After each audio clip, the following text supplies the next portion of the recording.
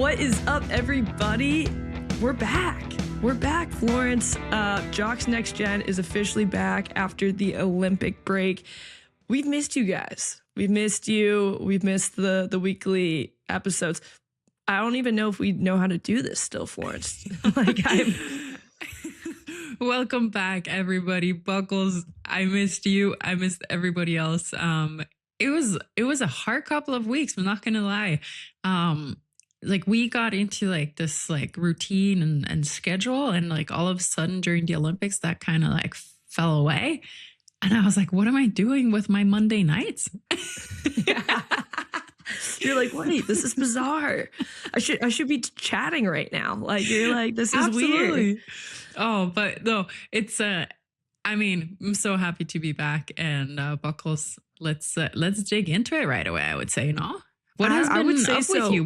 What did you do the past couple of weeks? The past couple of weeks, it was nice. I did miss the Jocks and Jills girls. I mean, obviously, help out with them always and whenever I can. But to be fully back with them for the last few weeks was nice. And just to see their Olympic content, come on now. Florence, you were on the lives. The live shows were amazing. The content that they did over in Milan was A1. I was like, let's go, girls. Fantastic. And it was really awesome to be a part of. Yeah. And so, I went over to Milan, made my way out there. How was that? Well, let's just talk about it. The food. Let's start with number one, the food. I'm going to need to have some more veggies in my life this next week. I think I didn't eat a singular veggie. Actually, no, I had veggies on a pizza one time. So that's what's going to count. But lots of pizza, lots of pasta, a lot of Aperol spritzes were involved. Awesome. And just unbelievable hockey. Went out there, saw the gold medal game for the women, saw two men's games, Team Canada take on both Czechia and Finland in the quarters and the semis. And I don't know, just unbelievable hockey. It was just really cool. And the environments, everybody was just so fired up. The rink was really cool. Santa Giulia, I don't know if I'm saying that correctly, but the outside had this cool graphic of I'll insert it in for those that are watching this, but it's got a cool graphic on the outside that was moving and whatnot. Just a great overall experience as a fan. So Milan, it was great. Yeah. You can hear it in my voice. Still might have used my voice a little bit too much, cheering on the girls and the boys, and but now getting readjusted to time zone and all that fun stuff. Florence, enough about me. What's going on over there? We were close. We were close. We were in the same time zone for a little bit. I know. I was thinking about that. We're in the same time zone, but we're not recording. When it doesn't matter, we were in the same time zone. But I absolutely loved watching the Jocks and Jills content throughout the Olympics. It was an absolute blast, and it gave so much behind the scene as well. So I loved it. I loved it. Absolutely fantastic job. And what did my past couple of weeks weren't as exciting as yours. I'm lying here. I had one really, really exciting event. You have to tell everybody. And Florence hit me with this before, but I'm going to give the exact same reaction I did. So Florence, take it away. Something happened, personally. Obviously, we're talking hockey here. The hockey has been fantastic. I watched all the games. I was on it. Switzerland winning a bronze medal again. Wow, absolutely amazing. Could not be happier for the entire team. But one personal thing that happened last week actually is that my baby girl Sophia got her first tooth. Come on. And this is such a special moment because she doesn't have that teethless smile anymore. Yeah. And now there's a tooth there, and it almost feels like she's not a baby anymore. It's more of going towards a toddler. So it's very special. I didn't know about this before. You're like, she's going to be going off to college soon. Like, Yes. we got to get her prepped for all Yeah. that. Yeah, Oh, that it is so feels sweet. absolutely surreal. So obviously, a very, very beautiful happening for me personally. The last week. I love the Sophia updates. I have like crazy baby fever. So Florence definitely keeps me up to date on the happenings of her. And I obviously missed that the last few weeks. And during the last few weeks, though, she sent me a photo of Sophia standing up, using a kettlebell to stand up, wearing an Olympic shirt. And she's just the cutest little thing I've ever seen, I think, ever. Yeah, but she's really cute. Did you get her? Do you get her watching some games? I did not. So we're not putting her in front of screens. So she's genius. Yeah. So it was a juggle for me actually to be able to watch the games without her seeing the games. Right. But I managed also like some games I didn't watch live. But I watched them when Sophia was asleep. Yeah. So that was a bit of a juggle, but yeah, no screens for her. That's so smart. I should probably adopt that. I should limit my screen time a little bit more. But okay, wait. We've been talking about it. Switzerland got bronze. Let's just jump over into our little bit of a recap for Italy. So Florence, I just want to say the next gen showed up and showed out this Olympics. Like, holy smokes. Like, you know what? I'm not the biggest stats person. I know I make jokes about that. But like, if you look at the stat sheets, like, it's just all these players are either in NCAA or coming up next over in Europe. And man, do we have a lot to look forward to in the PWHL? We absolutely do. As we do, I'll go over the North American prospects to start. Florence, you'll touch on some of your favorite European prospects from this past tournament, but let's just start off hot. KK Harvey, Caroline Harvey, our very first episode, Olympic MVP. That's insanity to me. She had 9 points in 7 games. She was tied with Megan Keller for the top point getter in the Olympics. It's her second Olympics. She's so young. She was a plus 14. That's a stat that I actually really like to see for defenders specifically. Like, yes, you can rack up a bunch of points, but truly, are you out there for how many goals against and how many goals for?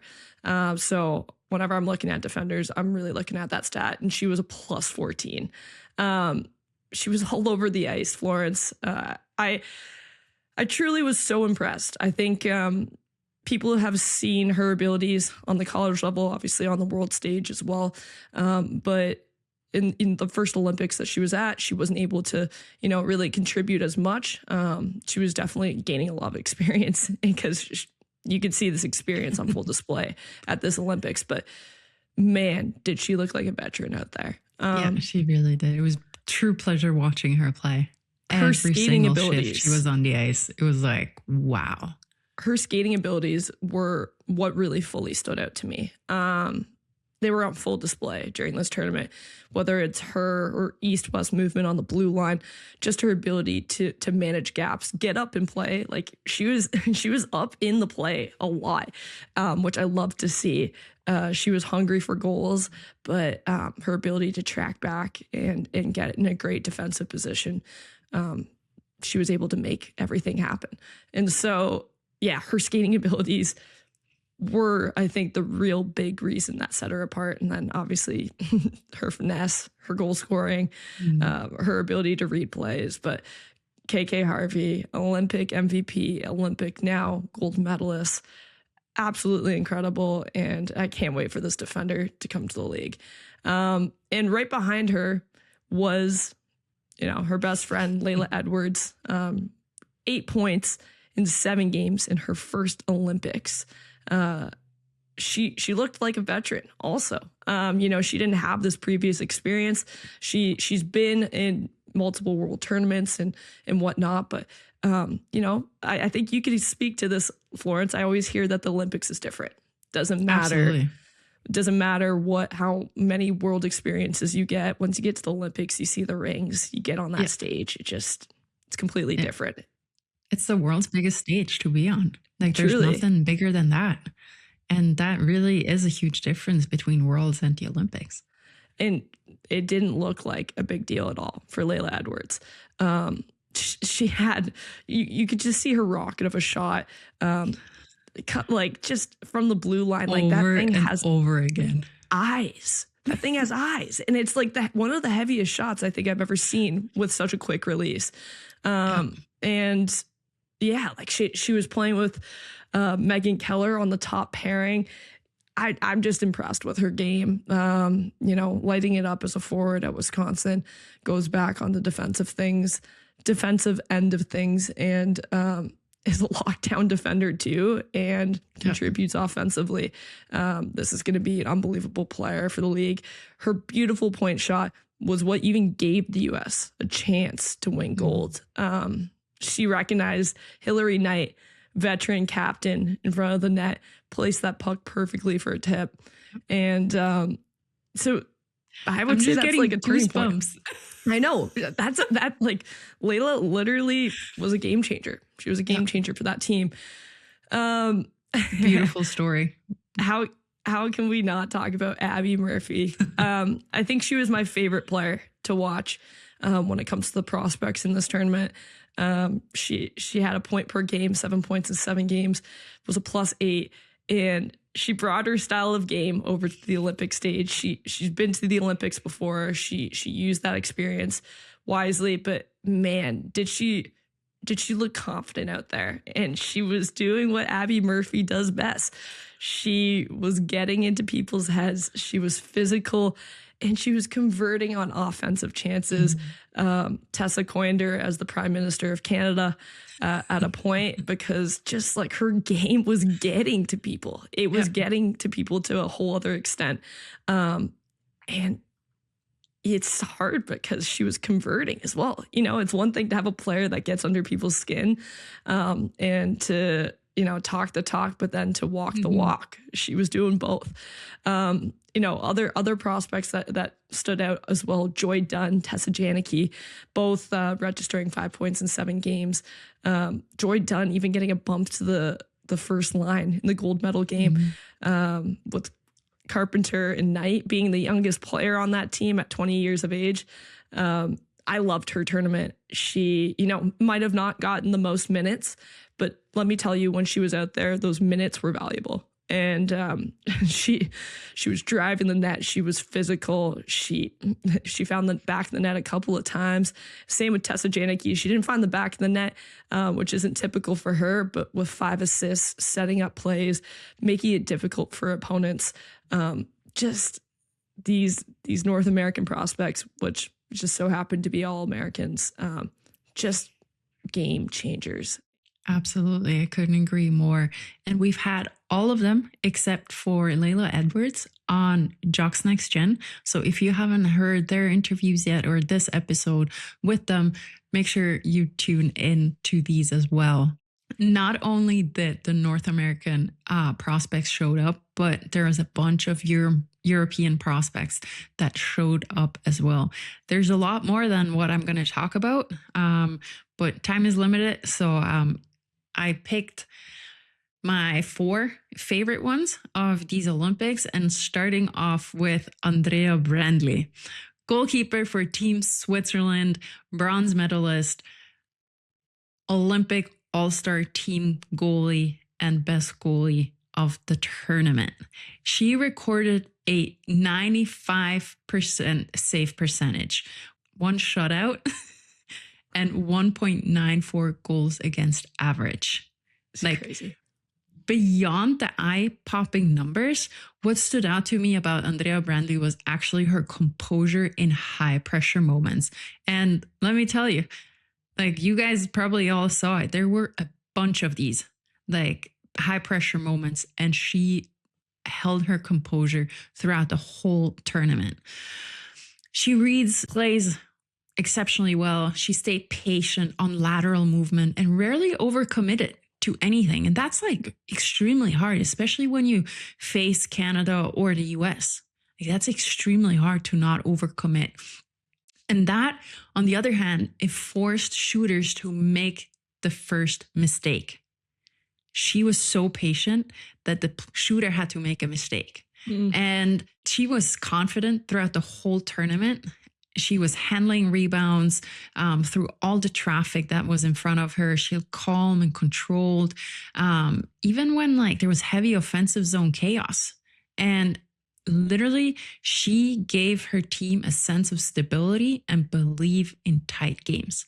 That belief that they can win in the quarterfinal against Finland, and then only losing to Canada in the semifinal with a 2-1 score, and then taking home that bronze medal against Sweden. She didn't have the most smooth beginning of the tournament as well. She did not.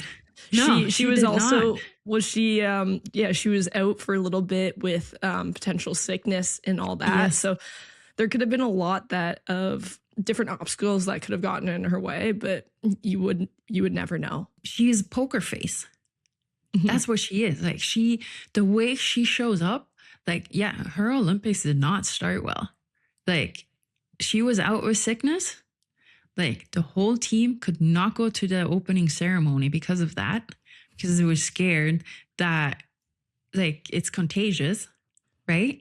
Right. Now imagine, like, because of you, the whole team can't go to the opening ceremony of the Olympics.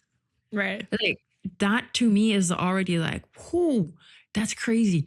But then, like, she's back with the team, back in the lineup, back in net, and she just like performs like nothing has happened and outperforms any expectations. Good for her.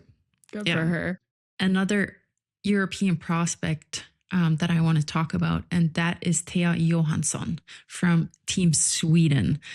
She had 4 goals throughout the tournament and 3 assists. She was the first European in the scoring list after all the Americans and Canadians. And that Thea's impact went far beyond the scoring line. Like, she brought relentless pace and a fearless attacking mindset to the game. Like, she was constantly driving inside lanes and challenging defenders one-on-one.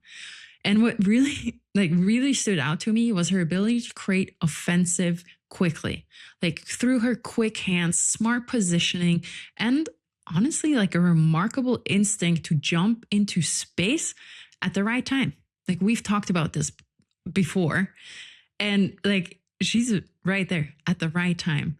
And often it felt like the way she played, it energized the whole team and especially her line mates. I loved her game, watching it.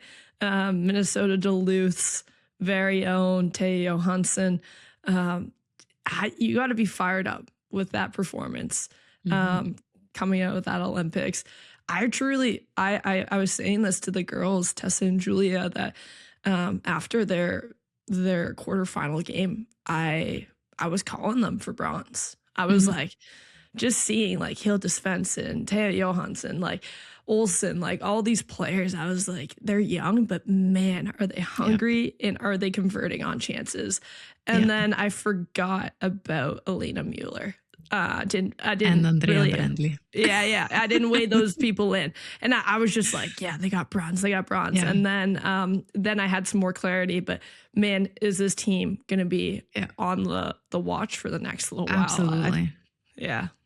Absolutely. I think like going into the Olympics, we didn't really know what to expect of Sweden because on the sheet they looked strong, but then they've been part of like the B group for such a long time already. And so that was always like, okay, well, it all comes down to the quarterfinal game. It's like, do you win that game or not? Right. And this time around, they were able to win that game. And like, in my opinion, like finally advance again to play for a medal. And so that like, and like, yes, I'm super excited for Switzerland that they won the bronze medal, but at the same time, like, it's heartbreaking for Sweden. Mhm. Like, they were so close. They worked for years for that. They've gone through a very, very difficult time the past couple of years. And like being back, like playing for a medal, that is huge for them.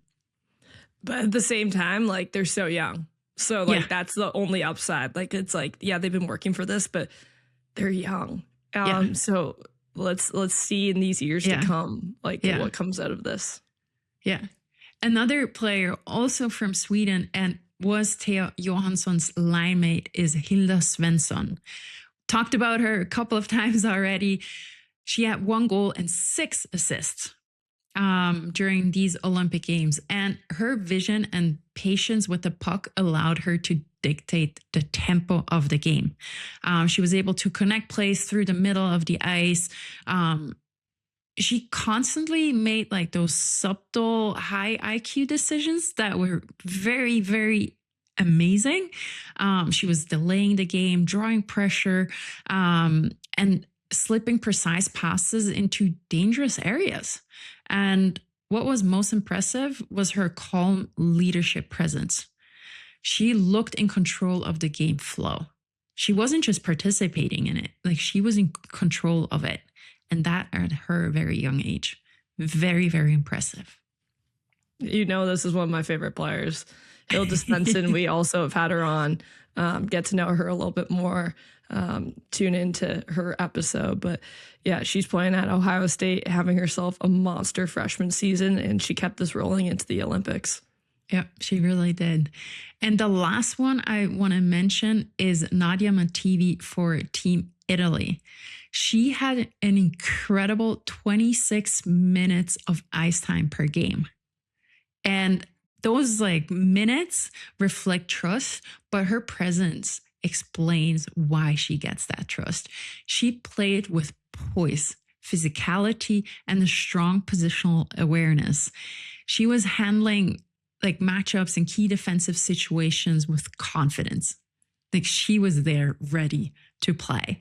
And her ability to close gaps early, win battles, and transition the puck cleanly under pressure made her like an invaluable player for this team and their performance at these Olympic Games. I loved what Team Italy did in this tournament. Dessa said it the best. You know, they weren't just here to enjoy the Olympics. They're here for the whole enchilada. They wanted it all. They wanted to make their impression, and did they? And I think we're gonna see these guys back. I really do if they keep this rolling. So hopefully they keep it rolling. Hopefully they keep investing in the program and players wanting to be part of it. And then I'm with you, Buckles. Like let's hope that we see them again at the Olympics. And you mentioned Andrea Brändli. Yes. Unbelievable goaltender. Actually, one of your goalie duo buddies. Yes.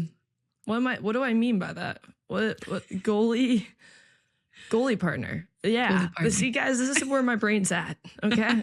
This is where, we might need a little bit more sleep, but we are lucky enough to have the bronze medalist herself on the podcast today. Everybody, please welcome on Andrea Brändli. Today, everybody, we are beyond excited to be joined by one of the best goaltenders in the world right now. She just backstopped Switzerland to an Olympic bronze medal, was named best goalie of the entire tournament, and earned a spot on the Olympic All-Star team. She's an NCAA national champion with Ohio State, a 2-time Swiss champion, and currently starring in the SDHL with Frölunda, where she's already been named goalie of the year last year. I don't know if there's any other awards that you can win. Andrea probably has it. So everybody, please give a huge welcome to Andrea Brändli. Andrea, you just got back from Milano with an Olympic bronze medal and 2 individual awards. Congratulations. What an experience. Holy smokes. How have your past couple days been? Like walk us through them. Oh my God, it's so much. It's between partying and like media stuff and just like trying to like catch up on sleep. There's been everything, going to closing ceremony, just like wearing your medal around your neck and like showing that off to the world, just like was unimaginably so cool. Honestly, I still haven't realized it yet that we actually won. So every time I like see that medal, I'm like, whoa, like I get that pinch me moment, but it has been crazy the last couple of days. Can we see it? Can we see the medal? Yes, but you can get a whole unboxing because there's like a box. We're getting, Let's hey, do the everybody, we're unboxing. getting the unboxing. Yes, in the box. Okay, amazing. And then you take the round box out of the square box, and then you like, and then you turn it, and then there it is. Wow. And then you can take that out, and then you have the whole medal. See, look how shiny it Ladies is. and gentlemen, Look at if you're listening right now, you should be hopping over to YouTube Yeah. because you were seeing an Olympic Milano Cortina bronze medal. Yes. Like, holy smokes. It's beautiful. It's really shiny too. Look at that. Wow. And it's still intact. Can you believe that? It's amazing because we heard and saw that a bunch of medals were broken. Yes. And not attached to the lanyard anymore. Like this part like kind of like fell off apparently. And apparently it's for safety reasons, so no one can strangle you with it. I don't know. That's what they told us. And we were like, Wait. who would do that? I don't know. Learning new things every day. Yes, You heard it here first. It is a safety precaution why the medals are falling apart. Apparently. Wow, that is so cool. Insane. I don't even know. We appreciate you hopping on with us. Hopefully you have a water or something to help you hydrate during this quick little interview. But so just to circle back a little bit, when you look back on your journey before the beautiful medal you have in your hand, before all the championships that you've won, what's the very first memory of falling in love with hockey for you? That was probably the one time I went to a hockey game with my dad and my brother in our like local pro team that we have in my hometown. So also where I started playing, and it was like an electric game because they were at that time super good in the run for a championship. And I like watched one of those games that they won, and the whole arena just erupted in like, cheer and applause and just the atmosphere. I still remember that to this day. I was like 3 years old. Like, and I can still feel that sometimes when I can see it. So it's like, that's the earliest memory I have. And that's when I fell in love with hockey, basically. I was like, I want that too. Is that when you started playing yourself? Yeah. 3 years old. Yeah. Wow. Yeah. That's so cool. And at what point, like, did you realize that this could be more than just fun, that this could become like your career path? Early on, I would say, like, I always was like, I loved playing hockey. I loved doing it, but I never really I always saw it as a hobby, I also did like horseback riding besides hockey. I know, crazy. You have to be too. I know. You were a horse girl. I was. Can you believe that? Amazing. Crazy. Okay, wait. It's so nice to meet a fellow horse girl. Oh, hi. Okay, nice. Welcome to the club. No, and then at some point, my mom was like, hey, you got to decide what you want to do. You don't want to keep doing horseback riding or playing, like invest more time in hockey. And I was like, you know what?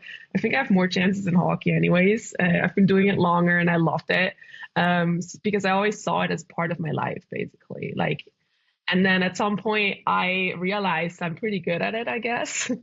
So I was like, hey, maybe there is a brighter future. And then I also saw like what Florence did, back in Switzerland too, like, playing with men and everything. And I was like, you know what? I can do that too, I think. I want to do that too. And so I started realizing I can, it can be more than just fun.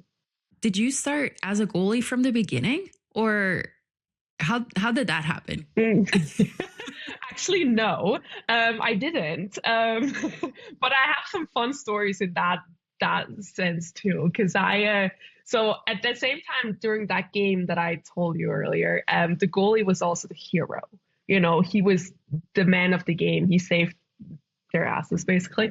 So I was like, this is cool, you know, like it seems a lot of pressure, but it seems very fun to do when they look cool. And then I also like early ages when I played, we had a rule in our team that you can't be a fixed goalie. Like we had like rotations going on. So everyone got to try it at least one time. So I was always the one that kind of like snuck into the lineup again. I was like, I want to be a goalie again. I want to be a goalie again. So I was always kind of the one that wanted to. But I think one of the vivid moments when I was like, I need to be goalies is like when I broke someone else's collarbone playing.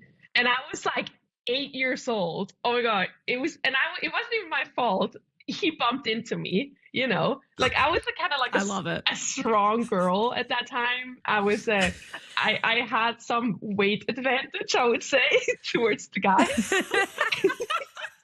So I was just minding my own business, you know, skating around pretty fast, and he bumped into me and fell and broke his collarbone. And our coach made me go and apologize to him. I know. That's crazy. And like, that's great for being strong, right? For being strong on your own 2 feet. Wow. Crazy. So that memory, oh my God, that's still like traumatized me basically. I was like, I'm just going to stick with goalie because then I can't hurt anyone anymore. That's so sweet. That's so, hey, I think a lot of us could say, I think goalie was the right pick. Who knows? Maybe you would have been an unbelievable player too, sounding from how solid you were out there. But holy smokes, maybe best goaltender in the world right now. Like, just take that in. I see that just gives me goosebumps again. That's crazy. That is such an amazing story. Wow. Andrea, I remember you and we took a coaching course together a couple of years ago, and we both had to dress up as players for the coaching course. And everybody listening, let me tell you, it was a good fun. Yeah, it was an amazing time. But definitely good that we both picked goalies in the end. Yes, I agreed. 100% agreed. Andrea, you played men's hockey in Switzerland up until you left to join Ohio State University in 2018. Did you always know that you wanted to go and play in the NCAA? Yes and no.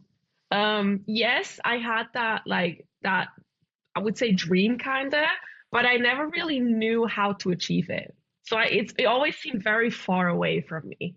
You know, I was in the under 18s, and I was like, there wasn't anything like coming a lot. So, and then once we switched to the under 18 top division, that's when like offers came in, and that's when it like got more like realistic for me that I can actually do that. And then once like Ohio State's offer came in, it just like clicked, kind of like gut feeling. It just seemed right, you know, to go at that time. And then that's when I decided to go basically. But before that, it was never really like, it was there, but not really like, you know, something I could achieve kind of. Absolutely. And like, why did you want to come to the NCAA? I think that's something that we always ask our European players. Let's start with that. Why the NCAA? I think it's like, it was a mixture of like, I want to do something school-wise, like studying, doing a bachelor's, a master's, or whatever, and playing, you know, like at that time, the best hockey in the world. You know, like when I went to the US, there wasn't really a pro league anywhere except like Sweden. So that was basically why, because it was at that time the best hockey in the world. So I was like, I need to do that. And you played for the Ohio State. Why Ohio State? I think we've had multiple Ohio State members on this podcast, and I think we know why, but what specifically drew you there? I don't even know. I can't even explain it that much, because it was like, I trust a lot of my gut feeling lately, or have always been, because it kind of like pulls me towards the right direction, or has been pulling me to the right direction, I would say. It was a mixture of like, going, like I went on an official visit there after basically already committing, because I was like, at that time it was my only offer I had to go to the US. So I was like, you know what, why not? But I always like left door open to kind of escape if I didn't feel the connection. But then I went to an official visit, and the team, the atmosphere on campus, it just made me feel like home, you know. And I felt like, hey, this really can be my home for the next 4 years, and it just clicked. And that's when I was like 100% certain I'm going to go. Back in 2022, Ohio wrote program history when you won the national championship for the first time in the program history. Can you take us back to what that was like for you?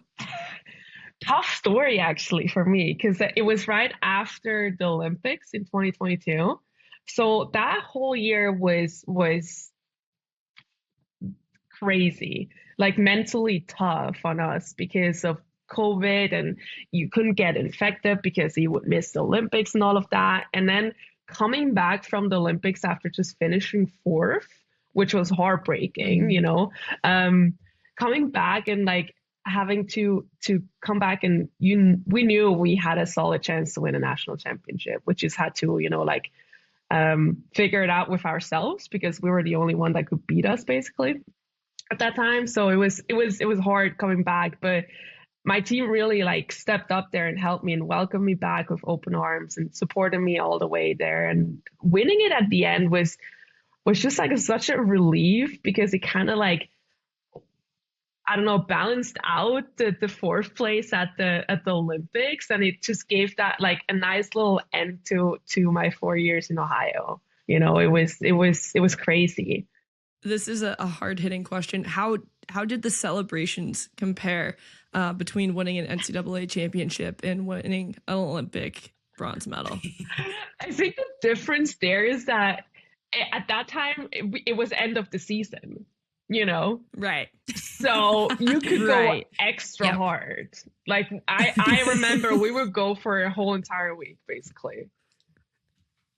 I know. Ohio does it different. You guys do it different there. We really did. We really did. Oh my God. I was unwell after this week. I had to take like 3 weeks of vacation just to, you know, feel healthy again. Get back to normal. Yes. Yeah. So at this time I had to kind of, I knew I had to like, I wanted to celebrate obviously, but I also knew I have a game basically today's Monday, in 2 days basically.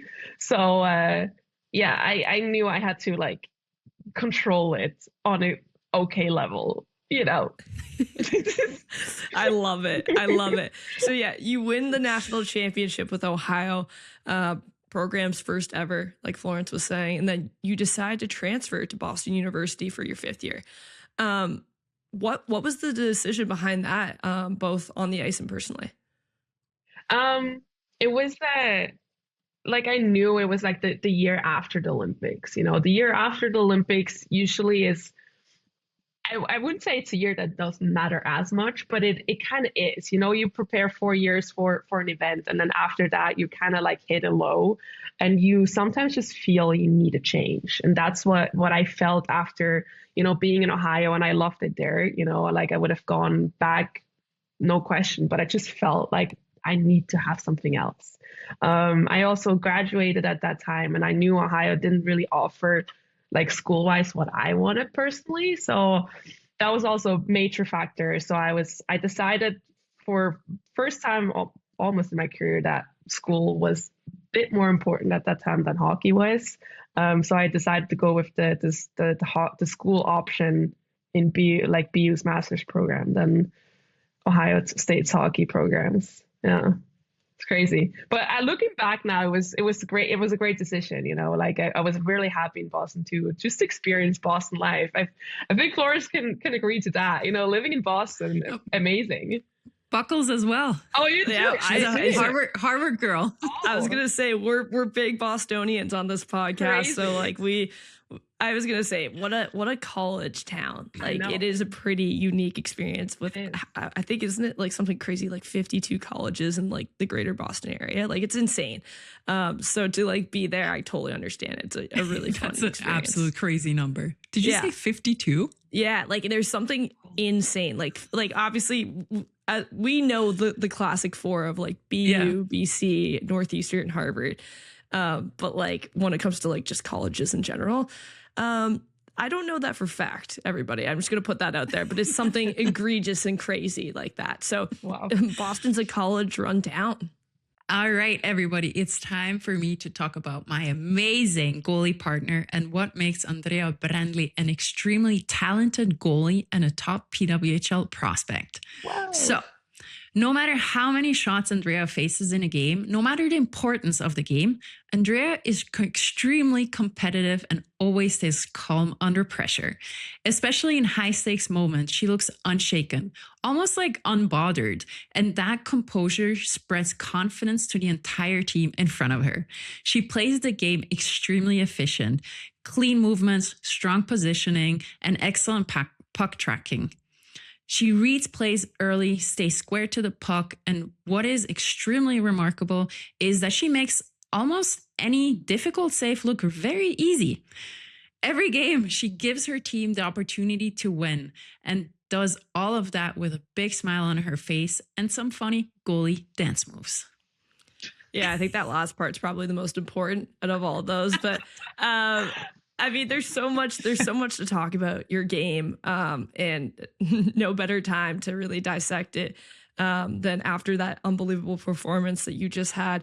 Let's start here though. Like as a defender, I always talk to Florence. I'm like, the biggest part about I feel like the goalie game is just the mental toughness. Like you guys are just back there by yourself, and Florence is like, yeah, Andrea has that like locked down. So how did you develop that mental toughness that you have in your game?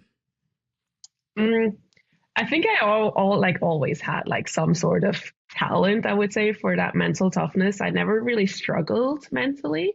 I'm also a very like calm person in real life. Like my thoughts are usually very quiet during the day. Like I don't really have that much thoughts sometimes, or I can like shut them down very quickly. So that definitely helps, because I think that the biggest issue for goalies sometimes is like when your thoughts are like spiraling somewhere, like when you go into like a negative like spiral because of something.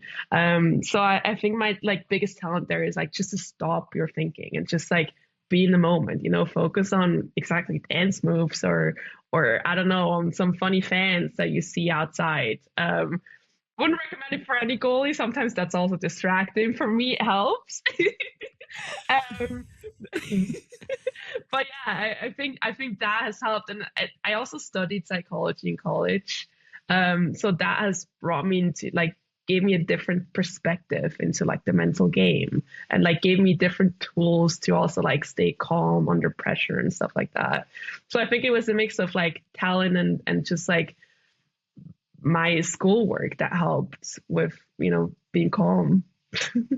I also studied psych, and it is funny because I think studying that made me realize like, yes, it is equally as important to work on the mental side as it is the physical side of the game. Like, yes, you go to the gym, you go to work out, but like you have to do the same with your brain, especially as like a goaltender, doing like those like mental exercises, like reflection, like visualization, like all those things are so important. It's become more important in the game, more recent, but that's very cool. So true. Yeah. You just mentioned watching the fans in the stands, Andrea. Yes. Remember we used to discuss that because I did the same thing. You guys learning from you. I don't know. Who knows? Maybe. I don't. But I remember us discussing that sometimes. Be like, hey, did you see that person? Or did you see that happening in the stands? And then other like players would be like, what are you guys doing? Like, aren't you focused on the game? And it's like, yeah, we are. But it's extremely important to take like quick breaks so that you can like just like go off for like a couple of seconds and then refocus. You heard it here first, everybody. The most dialed goaltenders in the women's game are looking for the crazy fans. So you heard it here first. So if you're crazy fans out there, come to our games. We'll see. I'll see you. Andrea, did you see anything like special in the stands during the Olympic bronze medal game? There was guys dressed in those like the Swiss guard that guards the Pope. Yeah. They were dressed as dad, and I saw it. I was like, "Whoa, that's funny." They were at the quarter. They were at the quarter. Yeah, it was so funny. It was hilarious. They were at the quarterfinal game, and I think they were at the men's game as well. I don't know if they were at the bronze medal game, but I remember that. It was just like, this was hilarious. That made me like laugh so hard. That's awesome. That's awesome. Those are the guards at in Vatican City. Yes. Yeah. Those guys. That's amazing. So funny. Let's go back on topic Okay, here. sorry. Yeah. Focus. What about those high stake games? Is that like you rise above everybody's expectation during those like extremely important games? How do you do that? I don't even know, honestly. I see so many people ask me questions like, how do you stay so calm? I was like, I have no idea. I just do it. I don't know.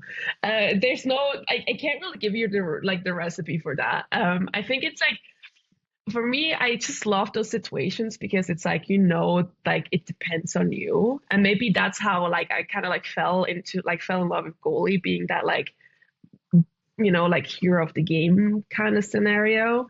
Because I always like kind of wanted to do that. So maybe that's like in my brain that, oh my God, it's this moment. Now I can actually do it. The thing I wanted to do my entire career, but it's also a thing that I can just stay calm, like I don't really see it as like a high stake game. I see it as a hockey game. It's a game like anything else. And I remember we talk about that too, Florence, about like, it's a game like anything else, whether it's a bronze medal game or if, I don't know, preseason game, or I don't even know, a game against the last place team. It's just a hockey game. And I think that like once I realized that in my career, it helped so much staying calm under any sort of pressure, whatever that might be. This is an extremely important message to everybody listening, especially the young audience that is listening to our podcast. It's just a game. No matter the importance of it, it is just a game. But so Andrea, we do have, like I just said, we do have some young players listening to our podcast. What is your advice to them if they want to have the same drive that you have? How can they ensure that they stay so cool and unbothered in any situations? Like, what's the advice that you would give to them? I think the advice I would give them is like also like take confidence from the little things, whether that is, hey, I did a good, I don't know, scan of the ice, or I don't know, smiled at the camera, whatever that is for you. You got to find your way of what brings you confidence. But it's like those little things can give you so much confidence, but they can also ruin the whole game for you.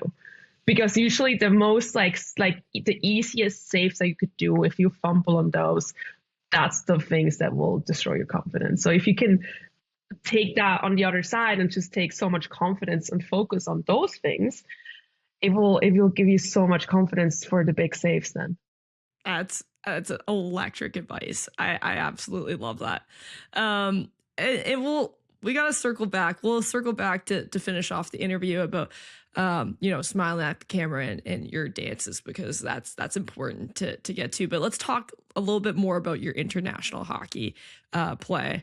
You represented Switzerland for 3 straight years at the Under-18 World Championship and made a seamless transition into the senior team the year after, becoming Florence's goalie partner.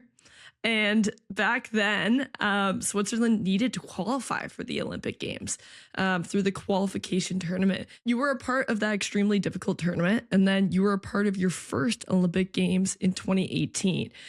Years later, you just won an Olympic bronze medal and were named to the All-Star team and the best goalie of the tournament. Andrea, take us through this journey from like the moment you basically joined the senior national team, where we had to qualify for the Olympic Games, to being part of the top group years later and making your way to become the starter of Team Switzerland. And now you have an Olympic bronze medal in your hand. Take us through that journey.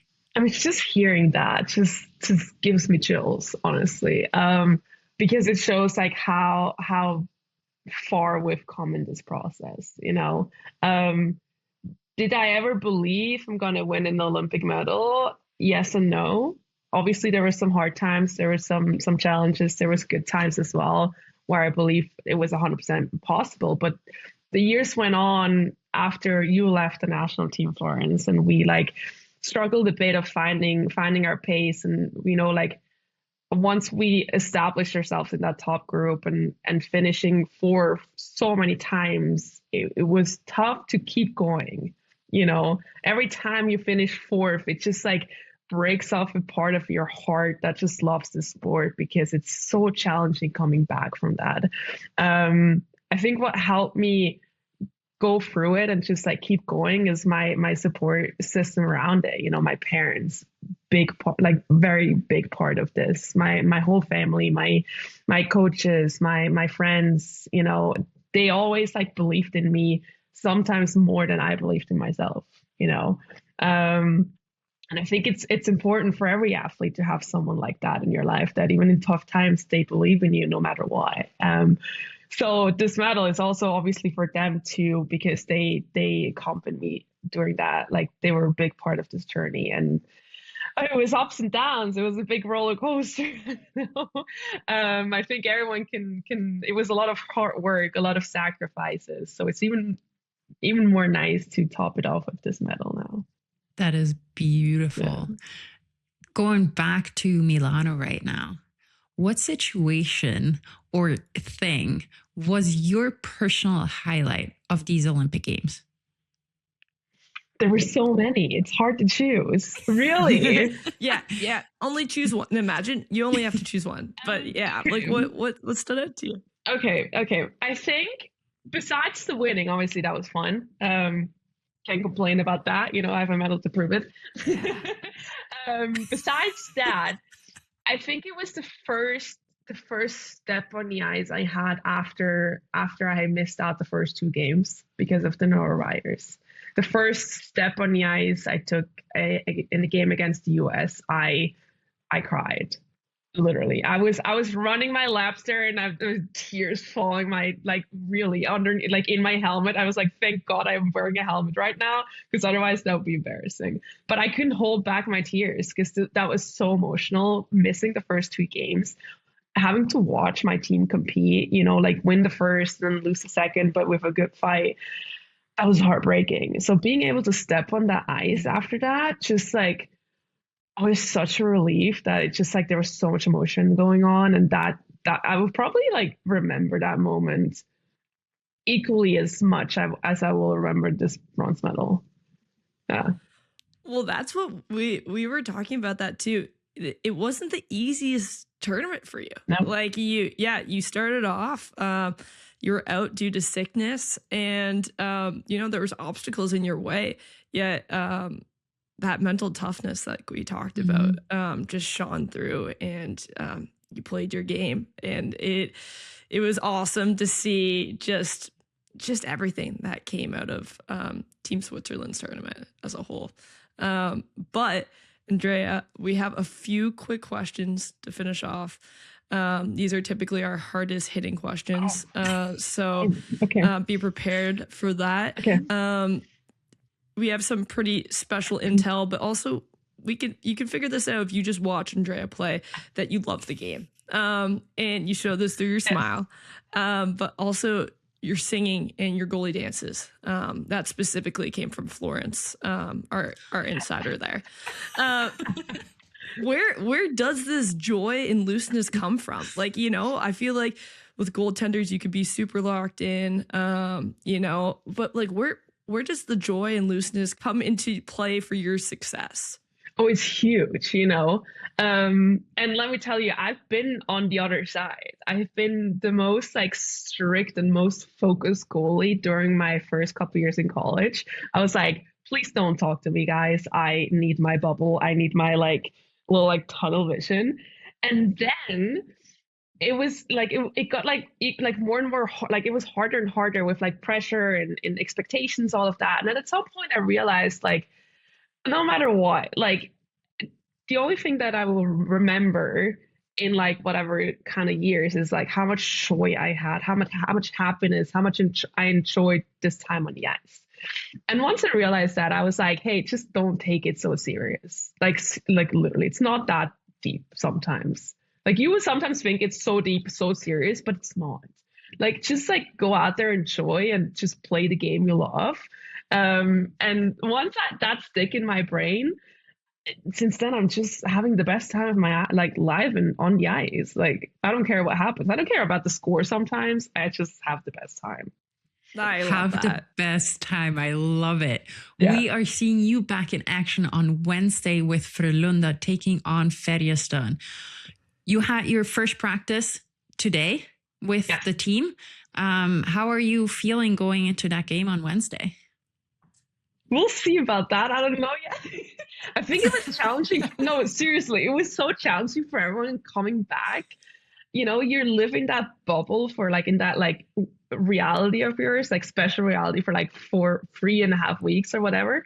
And now you come back into like a team that half of it lived a totally different life for like 4 years, like 4 weeks. And now trying to find the rhythm again, challenging. So today's practice was it was something. You know, it's a practice. We had 4 drills. We scored some goals. I saved some pucks. That's about it. You know, Got the girls out there clicking again a little bit. Exactly. Yeah. It was more to, you know, maybe also get out some anger and frustration from the Olympics. Who knows? But also just to find a groove again. So tomorrow will be better, and then Wednesday we'll see what happens. But I think it will be good. I think we have a very talented, very special group. We just have to find that rhythm again. Absolutely. Yeah. And everyone should be tuning into that game. Catch Andrea and Frölunda face off on today. If you're listening on the day that this is dropped on Wednesday, it's live on YouTube today. And okay, you guys have to be patient with me on this one.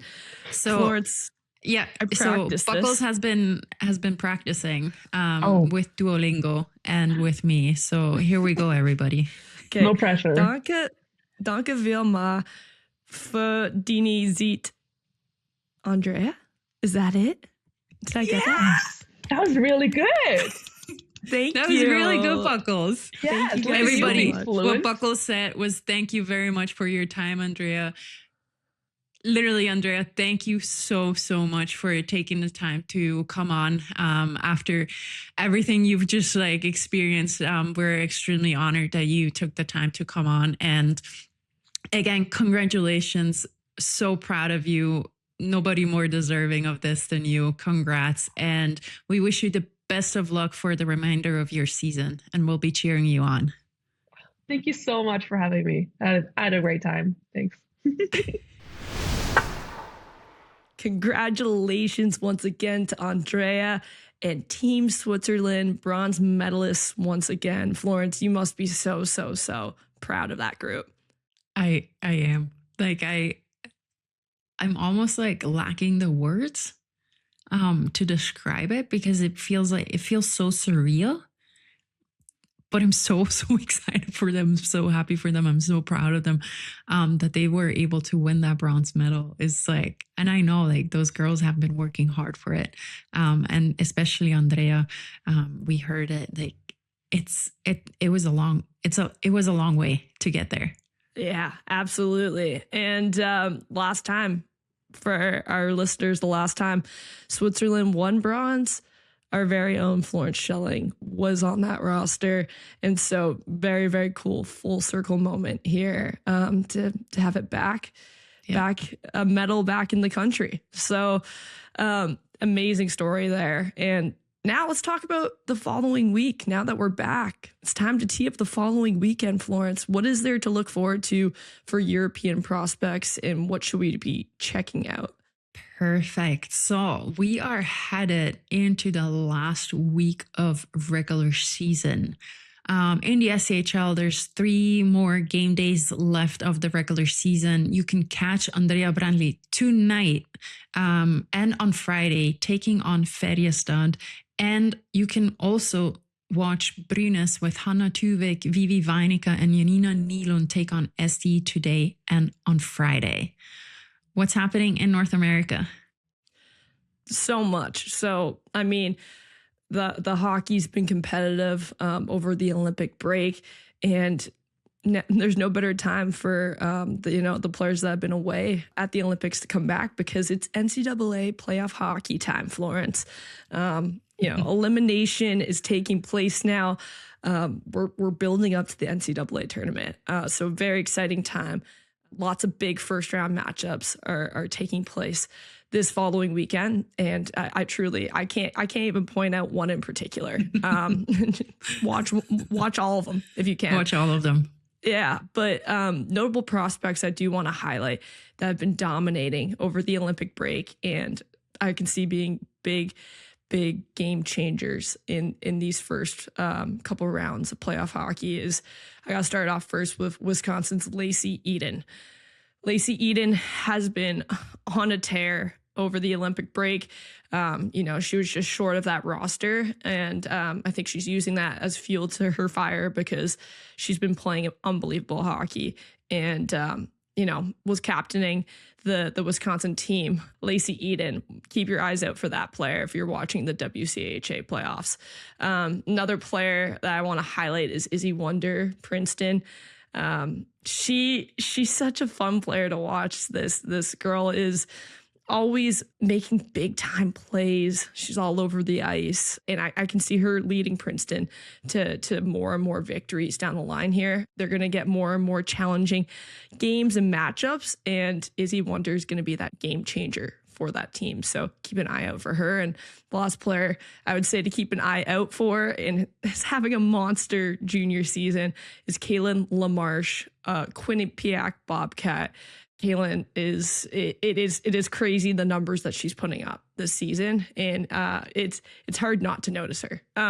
So when you're watching a Quinnipiac game, check out the talent that this player is displaying, and I think she's going to be once again a big game changer to see if the Bobcats can make a big deep run in this playoffs. All right, everybody, it is time for Break It Down with Buckles and Florence. Every week, we take your questions and answer them on our podcast. We have received a question from John this week asking, "Hey, ladies, love the show. I was curious if any of the current prospects, particularly ones likely to enter the draft this year, really stood out as perfect fits for particular teams. Are there any goal scorers that could provide the injection that a team like Vancouver really needs to become a serious threat to win it all? Where do you think Layla Edwards' versatility will best be put to use? I really appreciate your time and energy." From John. Buckles, do you want to take that one? I'll take this one. Well, how much time do you have, John? Because I could talk about this for hours. It is that time of year. The PWHL is going to be back shortly, and it's crazy. Like, the draft is it's getting closer and closer. We're going to start to really focus on this in this show. We're going to have a better idea of what draft standings are going to look like and rankings. But John, great question. And I think this is just the beginning of this conversation that we're going to be having. Let's start with the Olympic MVP, maybe. Caroline Harvey, KK. Where would be a good fit for her? If I'm a Toronto Scepters fan or an Ottawa Charge fan, I am hoping that you get to land this defender. I just see KK being such a good influence for both these teams. Getting an offensive defender like her into your lineup, it never hurts, and she's going to be such a hungry player. You could see it in this Olympics to make a statement right away, and I think both these teams really thrive having her on their blue line. Depending on how rankings are going, and but in those rosters, I would love to see Caroline Harvey, Scepters or the Charge. Now on to Abby Murphy. I see those two battling it out for the first overall pick, depending on who gets that and what they necessarily need in that moment. But I would absolutely love to see Abby Murphy on the Seattle Torrent. Her style of game would fit perfectly with this group, her finesse, yet her grit. We've seen her thrive over this Olympic tournament with Hannah Bilka. the connection, that, that behind the back pass to Bilka, who finishes it. Just to see those guys on a line together, just imagine that in the PWHL. I would love to see it. Other teams that Murphy would be great would be Vancouver. I mean, once again, it's so funny. It's like every team would be lucky to have these players, but with the particular standings and how these teams are shaking out right now, I think they would really, really benefit from having these players in their rosters. John asks about injecting that offensive flair for Vancouver. There's players like Kirsten Sims and Tessa Janicki that I think would be really, really good fits. Kirsten Sims, I mean, we saw it on full display throughout this season. We even got to see it on the Olympic stage, just her ability to score goals and Tessa Janicki's eye for the game. I definitely see those two being a really, really good contender for the Vancouver roster. And I mean, circling back to Layla Edwards' versatility, once again, any team would be lucky. But if I had to say one team that I think she would be extremely valuable and I would want in their locker room is the Ottawa Charge. Her ability to play all over the ice could be extremely valuable for the Charge. Sometimes they kind of have troubles offensively, and to have her heavy shot, but then also contribute defensively for the Charge and play kind of wherever they need her. I think she could be a really big turning point for this group and create more consistency on the ice as a whole. And Layla Edwards, Ottawa Charge, I'd like to see it. That's all I'm going to say. What about the goalies? I think, Florence, you might be better to talk about the goaltenders. I could say my few cents, but let's go to the legend for that. So what do you think? I'm going to go with Andrea Brändli for the Sirens. Interesting. Why is that? Needs a strong tandem. In terms of like, you need two good goalies that, you can put in at any time of the day, no matter what situation and so on. And, the competitiveness that Andrea Brändli brings in as a goalie partner is extremely valuable and can make any other goalie better as well. I would like to see it. I would really like to see that. We're going to probably circle back, John, and keep firing these types of questions in because it's that time of year, everybody. We're going to know a little bit more each and every week what these rankings are looking like and what's plausible, and at the same time, what these teams need for a successful next few seasons. So exciting times. Remember, send in your questions. This is fan driven. So, any questions about draft boards, prospects, player comparisons, anything you guys want to ask, send it in to jocksandjills@thepwhl.com with the subject line Next Gen so we can discuss them on our following episodes. And you can also fire them into the DMs if you want to slide into the DMs. You can do that. And we're at Jocks Next Gen on Instagram. So fire them there as well. Buckles, I think we're at the end of our episode. Florence, I think we got the cobwebs off. I think this was good. I'm excited to be back officially. This is great. Me too. Very excited. Everyone, make sure to follow us on Instagram at Jocks Next Gen and subscribe wherever you get your podcast. Subscribe to the PWHL on YouTube, like, comment, and subscribe. And again, send us your questions, comments that you have to jocksandjills@thepwhl.com with the subject line Jocks Next Gen. We can't wait to talk to you again next week.